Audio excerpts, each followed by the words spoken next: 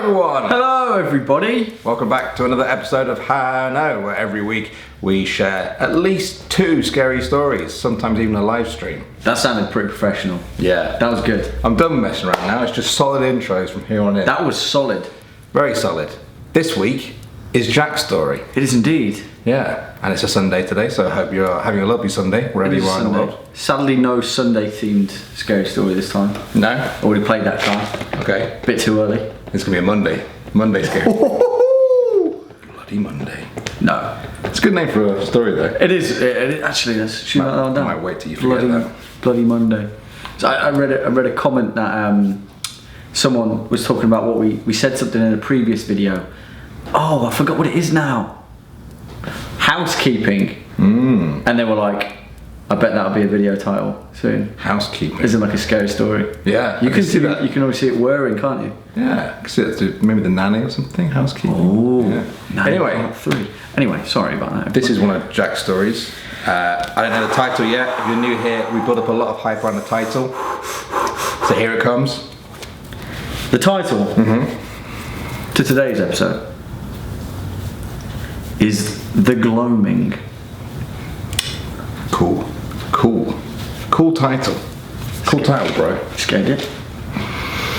I'm sure I'll be retrospectively scared. Okay, ready? It was 1989 when the first body showed up. My biggest fear though is that there were countless more before that. That keeps me up at night, trying to wrap my head around history repeating itself for decades, perhaps even centuries, maybe even longer, completely unchecked. Who knows how many souls the Gloaming had reaped throughout the course of history.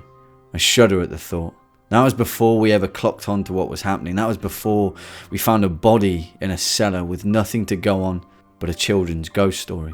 His name was Eric Darcy. He was 28 years old, no wife or kids, but a promising position as a research assistant at the Manchester Institute of Biotechnology. They found him in the ruins of a burned down house on the outskirts of Greater Manchester, completely sealed in a strange, rusted box.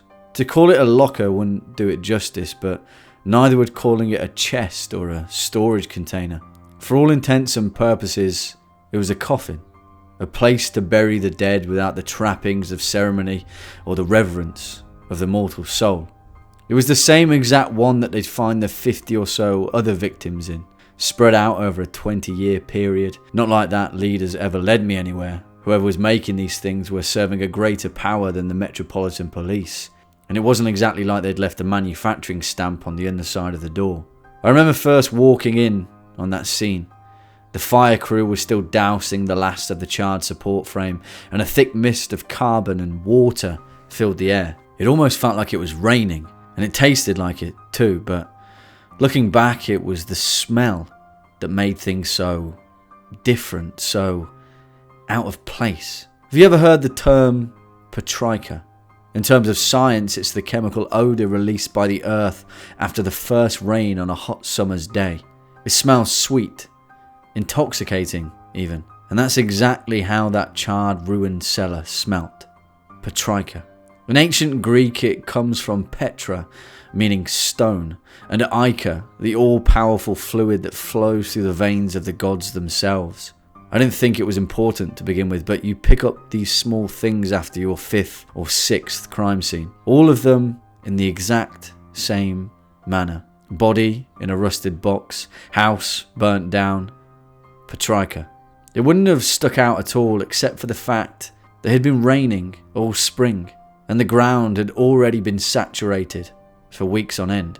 To say that Eric Darcy's death remained a mystery would have been an understatement. He was a straightforward guy, if not a little boring. He worked more than he should have, and after work he'd sup a few pints of ale at the same pub that he passed on his walk home. Eric was friendly with the locals, particularly the old boys. They'd talk about science and politics, pretty much everything except the weather. He was a regular bloke.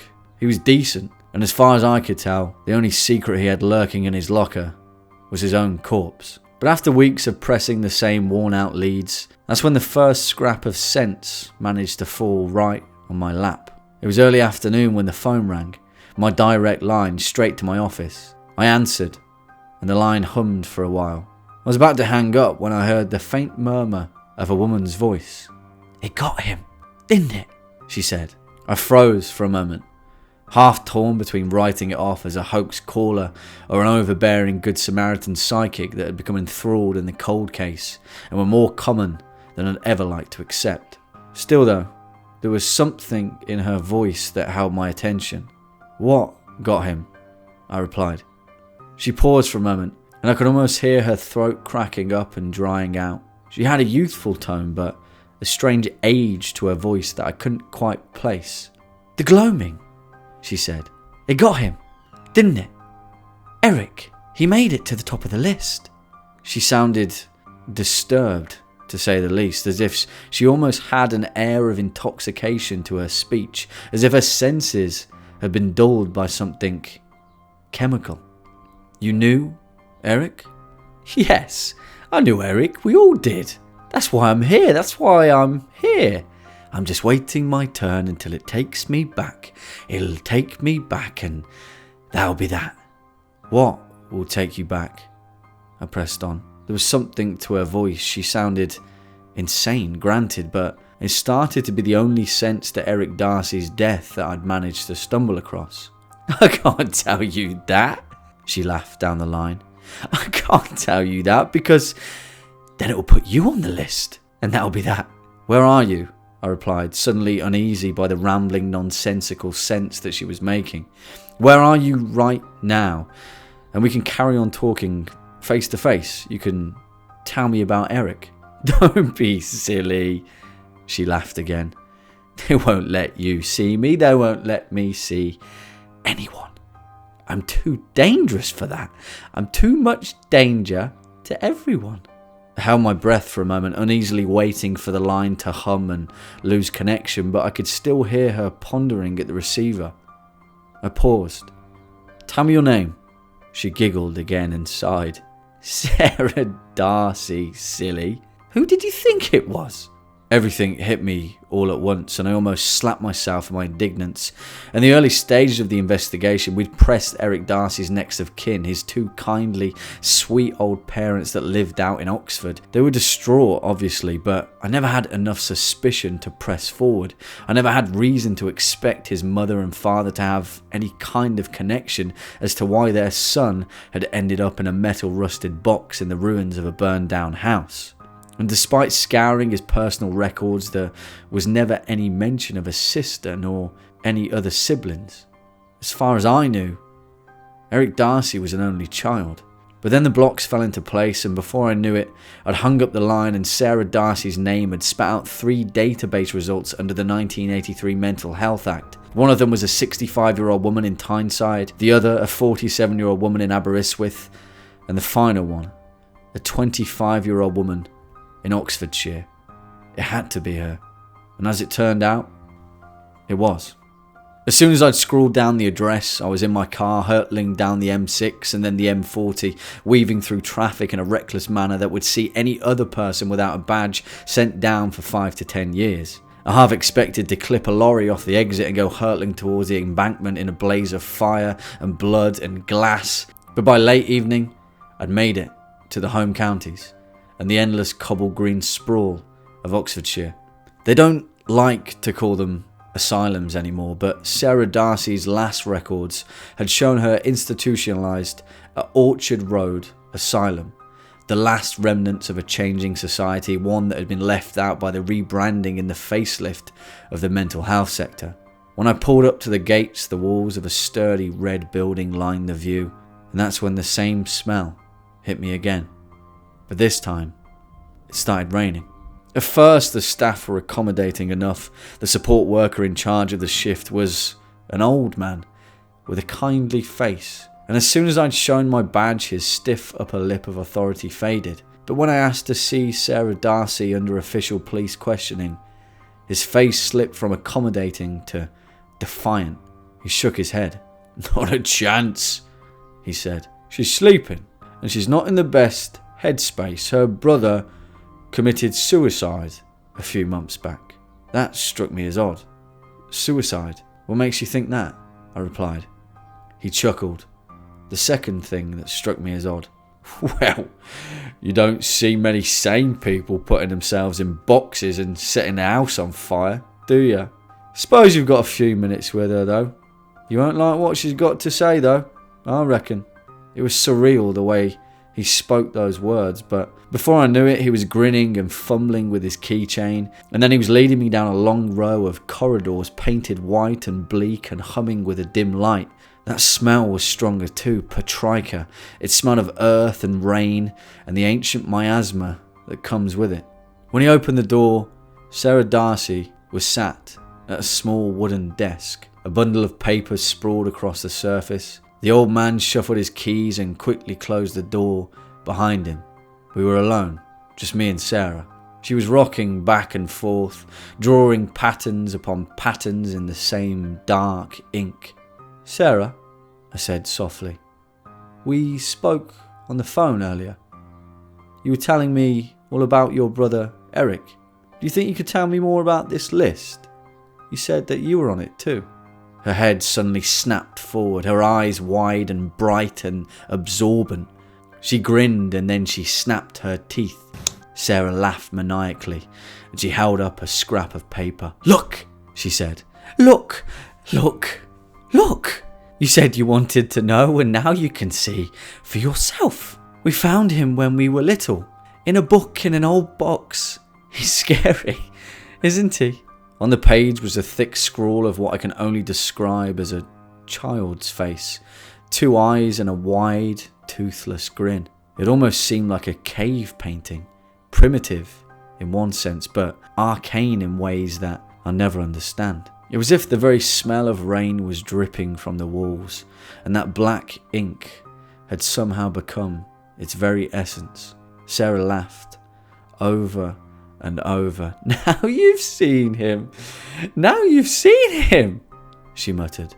"And now that you've seen him, you have to go on the list. Tell me what your name is. Please, I'll ask nicely. Once for him and once for Eric." If I knew then what I know now, I'd like to have told you that I distracted Sarah long enough to change the conversation, to sidestep her neurotic demands to know my name. But as we all know, that wasn't the case. When you know the true name of something, that name holds a power. And Sarah Darcy scrawled my name down onto her list with countless others. But as soon as her pen made the final marks on her paper, Sarah's face darted upward, and it shifted from a pain torment to a remarkably lucid panic.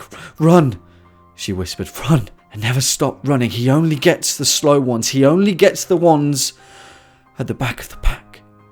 We never did find the name of the killer of Eric Darcy, or Sarah Darcy, for that matter. As several days later, Orchard Road Asylum was burned to a cinder, her body found locked in an oddly familiar, rusted metal box. At first, I had an inkling that this was some grand conspiracy, the powers that be pulling the strings, keeping a lid locked tightly on some unholy scandal that would shake the foundations of society. But that's before the bodies piled higher and higher, all across the planet, every country, year after year, always the same. A building burned to ashes and a rusty metal box. Sometimes I try and close my eyes and think back at that fleeting fragment of a memory, the image of Sarah Darcy's scrap of paper and the list. I try and remember how many more names were in front of mine, and I wonder how many more before I'm at the back of the pack.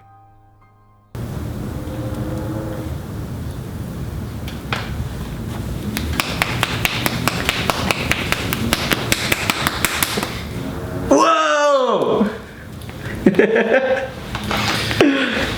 Whoa! That was for the English amongst you. You know that was very high praise. That was a whole paragraph I just spoke about. You did. Very complex. You did, yeah. Intonation. That was beautifully composed. Speaking of beautifully composed, that was so gripping. That was incredible. Wow. That was honestly wow. I was absolutely hooked on every single word. Wow. From the very start. Oh, shit. Yeah. Sorry for my friend. Incredibly well written. Thank you, incredibly man. well written. Yeah, I think this, whatever this writing style is, or this tone, this narrative voice, that is the best thing you do, in my opinion. Whatever this is, you've absolutely nailed it. You've absolutely nailed it. It was, yeah, it was like a film noir in a movie sense. You know, I pictured it all sort of rainy and black and white and that kind of stuff. Yeah. But it was like a novel in another sense. It felt like this. It was the opening sort of 3 or 4 minutes were like the start of a novel. I felt like it was setting it up for. This is what I really liked, was that it felt, I was like, how the hell are you gonna like pull this together? Because it was setting it up in a way that it could have been a whole book. Yeah, it really could have been. This could have been the first case, but then it transformed into an amazing short story. It was absolutely gripping. Yeah. Wow, man, dude. Yeah. I know your reactions quite well. Yeah, really, yeah. It was just like, I literally was like, I'm not gonna lie, like towards the end I was like, there's even one bit where I thought was off there, but like the pacing of it was perfect. Like, yeah, just the energy of it. There was no lulls. You didn't reveal anything too soon. That guy, I like the narrator was. I got just enough of a narrative voice to be invested in him, so that because that's the thing, is if it turned out that his name was on the list at the end and I didn't care, he was just the narrator.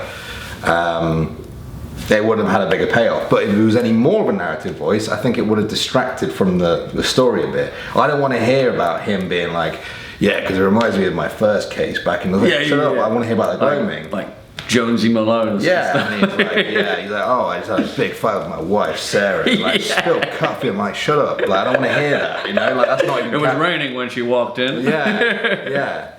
Like there's character building, but then there's sort of doing it to distract from the story. And as soon as you set the scene for that mystery, I was kind of like, okay, I want to hear about this. And yeah, that guy was like just enough of a personality so that I cared about him at the end, but not enough that it distracted it from her. Yeah, God, what do I say next? I actually approached this story, if I'm being honest, in an attempt to try and emulate the Balkan in a way. I wanted to create. I thought that too.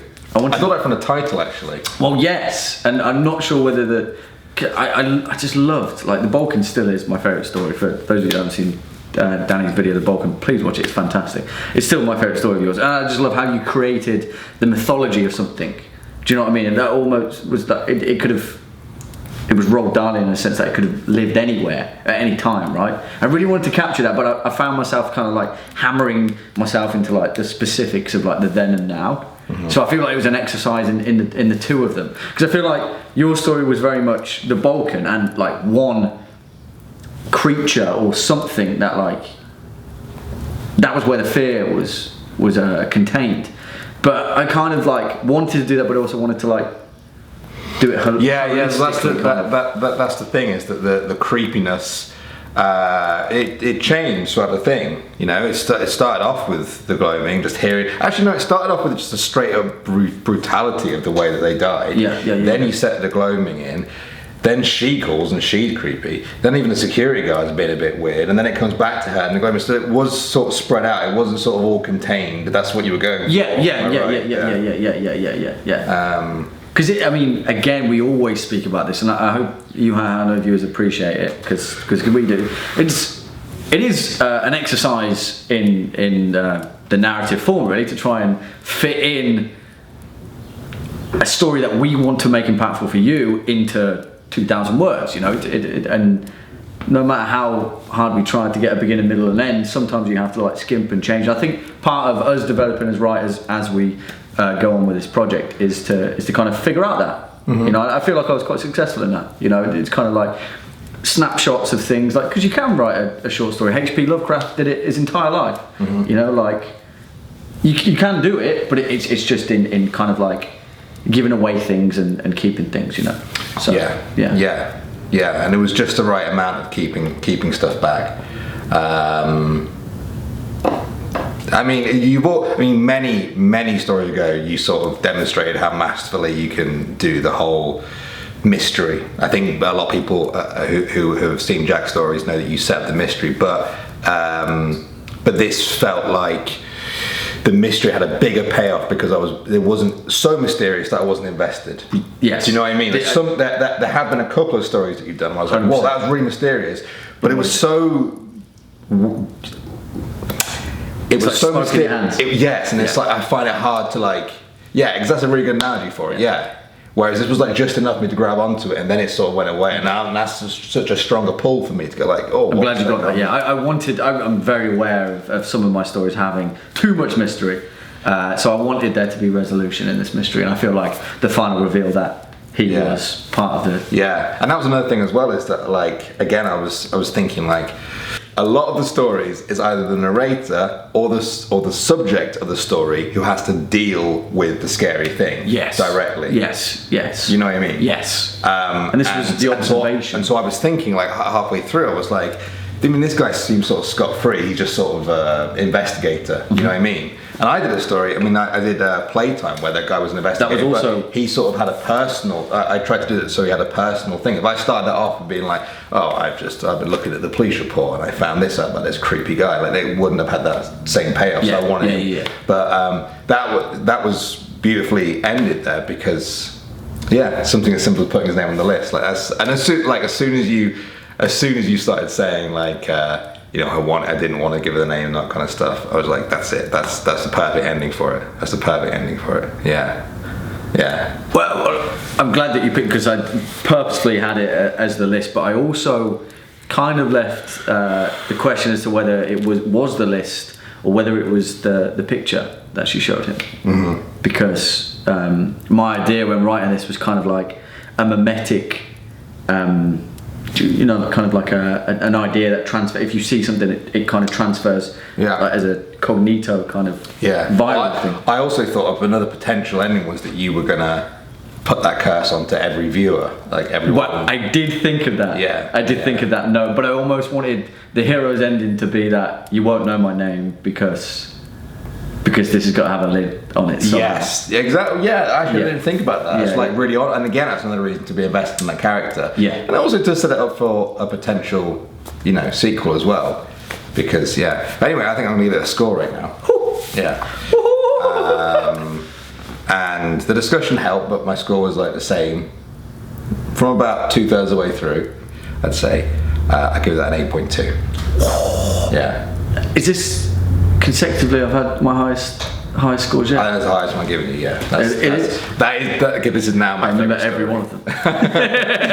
Pull out your phone. No, I'm really glad you did. Cause I think you've topped yourself both times. Thanks, yeah, man. This is my favourite story that Jack has ever done. Wow. I feel like we've rambled on quite a lot. We have. We should just kind of do lengthy discussion. Concise wrap up now. We will. If you guys want to submit your own scary stories, do so to this email address. We're going to be doing a live stream in the next week or so. We're going to announce some big news, some big plans for the channel. Have a little bit of a 10,000 subscriber party with you guys. If that's not too cringy. That's not cringy, is it? No. Online party. Come on. How could you be cringy with you and I? Yeah, we're not cringy at all. So lots of good things coming, but keep sending your stories in. Stay tuned. Thanks so much for watching, as usual. And now we're going to blow out the fire. We're going to blow out the fire and rain, Petrika.